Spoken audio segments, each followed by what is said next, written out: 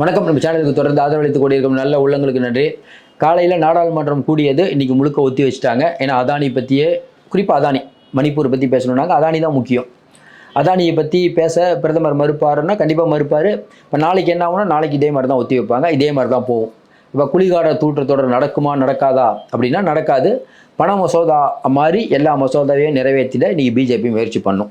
உங்களுக்கு தெரியும் பண மசோதானா என்னங்கிறத பற்றி நம்ம பேசிட்டோம். பண மசோதானா ஒரு இடத்துல மட்டும் அது வந்து அதாவது என்னென்னா அவசரமாக தாக்கல் செய்யக்கூடிய விஷயம்.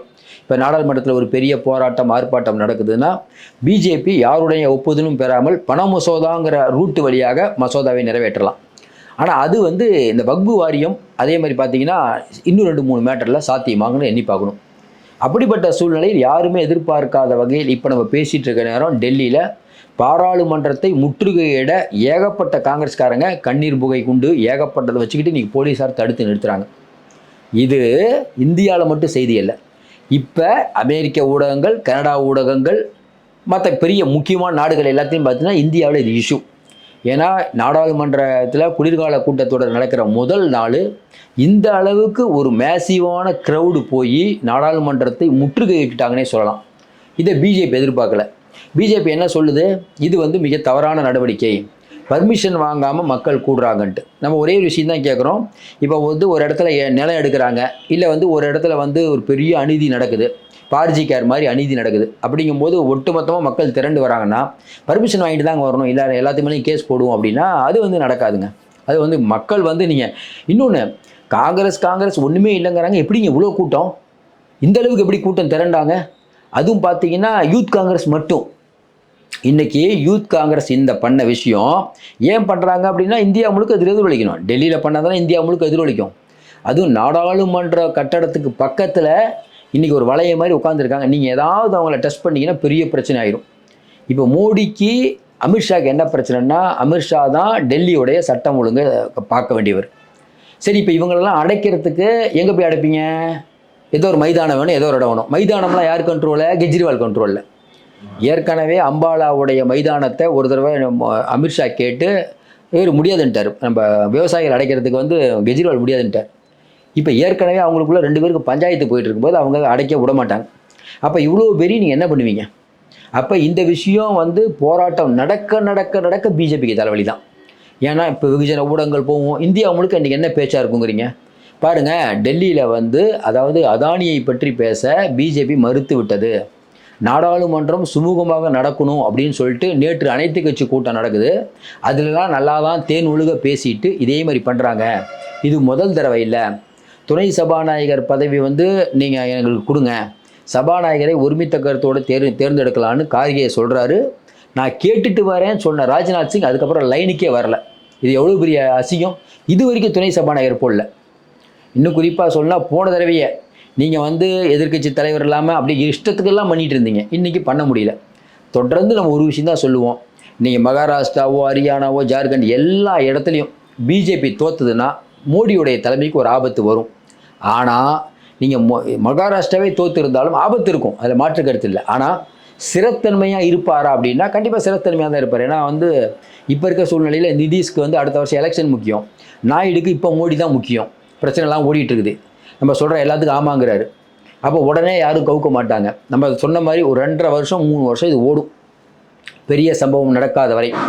அதுக்கப்புறம் தான் பிரச்சனை வரும். இன்றைக்கி இருக்கக்கூடிய சூழ்நிலையில் இவ்வளோ பெரிய நாடாளுமன்றத்தில் இவ்வளோ மக்கள் கூடினது அப்படிங்கிறது இன்றைக்கி அமெரிக்காவில் அதானியை பற்றிய விஷயம் ஒவ்வொன்றும் வந்துகிட்டே இருக்குது. ஏற்கனவே 21 நாள் டைம் கொடுத்துட்டாங்க, நீங்கள் வந்து வரலைன்னா நீங்கள் தான் குற்றவாளின்னு அறிவிச்சிருவோன்னு. இப்போ அதானி வந்து ஆமாங்க எங்ககிட்ட பணம் கொடுத்தது வாங்கினது உண்மைதான், அதை நாங்கள் வந்து செலவு பண்ணல, நான் திருப்பி கொடுக்குறேங்கிறார். ஆனால் அப்படியே திருப்பி கொடுத்தாலும் நடவடிக்கையிலேருந்து தப்ப முடியுமானா தப்ப முடியாது. அதுதான் இப்போ இருக்கக்கூடிய ஸ்டேட்டஸ்கோ. இன்னும் குறிப்பாக பார்த்தீங்கன்னா உச்சநீதிமன்றத்தில் அதானியை பற்றி வழக்கும் போட்டாங்க.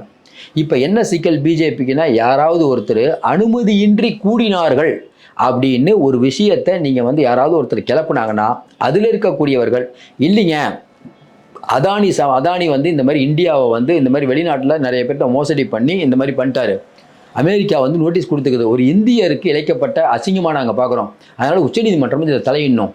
நம்ம நாட்டு பிரஜை, அதாவது அதானிக்கு சப்போர்ட் மாதிரி தான், நம்ம நாட்டு பிரஜைக்கு வந்து வெளிநாட்டில் இருக்கக்கூடிய ஒரு கோர்ட்டு வந்து பிடிவாரன் கொடுத்துருச்சுன்னா அவர் பண்ண தப்பு என்ன?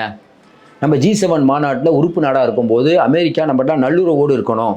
அப்போ அமெரிக்காவுடைய நடவடிக்கை எப்படி பார்க்கப்படுது அப்படின்னு உச்சநீதிமன்றம் ஒரு கைடன்ஸ் கொடுக்கணும், பொதுநல வழக்கு போடுவாங்க. ஏற்கனவே ஒருத்தர் போட்டார். இவ்வளோ விஷயங்கள் இருக்குது. அதானி அப்படிங்கிற பேரை யாரும் சொல்லக்கூடாதுங்கிறது தான் மோடி அமித்ஷாவுடைய எண்ணம். ஆனால் இன்றைக்கி பார்த்தீங்கன்னா நீ நாடாளுமன்றத்தில் தடுத்துட்டாங்க, வெளியில் நியூஸ் வராது.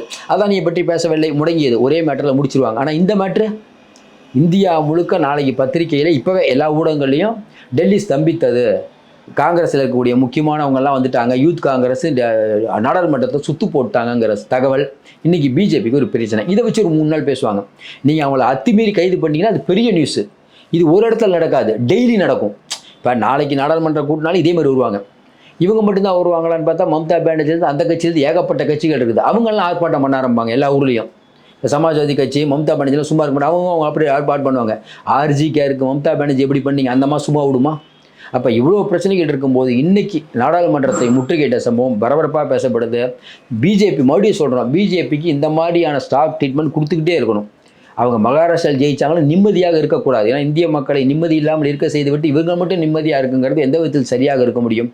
நீங்கள் சாதாரண மக்கள் ஏழைமை நிறையா பேசிட்டோங்க, பிஜேபி பண்ணுற அக்குறுமத்தெல்லாம் பேசிட்டோம். இவர்கள் ஒரு மனித என்னன்னே சொல்கிறது, இவங்களை பற்றிலாம் நம்ம இது வயநாட்டில் பேரிடர் நிவாரணத்தை அறிவிக்க முடியாது. நான் பாருங்கள் என்ன ஒரு எண்ணம்னே புரியல. நேற்று இந்த சாம்பல் மாவட்டத்தில் பார்த்தீங்கன்னா 3 பேர் அந்த மசூதி பிரச்சனையில் 3 பேர் இறக்குறாங்க. பிரியங்கா காந்தி கடும் கண்டனம் தெரிவிக்கிறாங்க. யோகி பெருசாக கண்டனம் கூட தெரிவிக்க மாட்டாரு. என்ன ஆட்சி பண்ணுறீங்க, கரெக்டாக புல்டோசர் பாபான்னீங்க, புல்டோசரை கழட்டி விட்டாங்க. இன்றைக்கி கோமாளி பாபா வேறு ஆயிட்டார் பொழுது. அதனால் ஒன்றும் பண்ண முடியல. முதல் நாள் தான் ஜெயிக்கிறீங்க, 2வது நாள் இந்த மாதிரி பண்ணுறீங்கன்னா என்ன அர்த்தம்னா ஜெயிச்ச பிரச்சனையை சமாஜ்வாதி கிளப்புது. நீங்கள் தப்பாக ஜெயிச்சிங்கன்னு பிரச்சனை கிளப்புது, EVMல ஃப்ராடு பண்ணிட்டீங்கன்னு சொல்கிறாரு. அதை மடைமாற்றம் செய்வதற்கு தான் இந்த வேகமாக மசூதிக்குள்ள இவ்வளோ பேர் நீங்கள் ஆய்வுக்கு எதுக்கு போனீங்க, சொல்லாமல் கொள்ளாமல் எதுக்கு போனீங்க? அப்போ நம்ம தொடர்ந்து சொல்கிற மாதிரி இவர்கள் ஒரு கம்யூனிட்டிக்கும் ஒரு ஸ்டேட்டுக்குமான ஒரு முதலமைச்சராகத்தான் இன்னும் மோடி இருக்கிறார். அவர் குஜராத்துடைய CMஆவே நினச்சிட்டு இருக்காரு. இன்னும் இந்தியாவுடைய பிரதமராக அவர் நினச்சிருந்தா தமிழ்நாட்டுக்கு ஒரு நீதி, இங்கே இருக்கக்கூடிய UPக்கு ஒரு நீதின்னு வைப்பாரான்னு தெரில. இந்த விஷயம் அவருக்கு ஸ்டாக் ட்ரீட்மெண்ட் நிறைய கிடைக்கும். நீங்கள் எழுதி வச்சுக்கோங்க. மறுபடியும் சொல்கிறோம், மகாராஷ்டிரா ஜெயிச்சிட்டாங்களே, இனிமேல் உங்களுக்கு 7 ஆரம்பிச்சிருச்சு. எழுதி வச்சுக்கோங்க இந்த வார்த்தையை. மீண்டும் சந்திப்போம். நன்றி, வணக்கம். உங்களுக்கு இந்த வீடியோ பிடிச்சிருந்துச்சுன்னா லைக் பண்ணுங்க அண்ட் உங்களோட கருத்துக்களை கமெண்ட் பண்ணுங்க. மறக்காம சப்ஸ்கிரைப் பண்ணுங்க.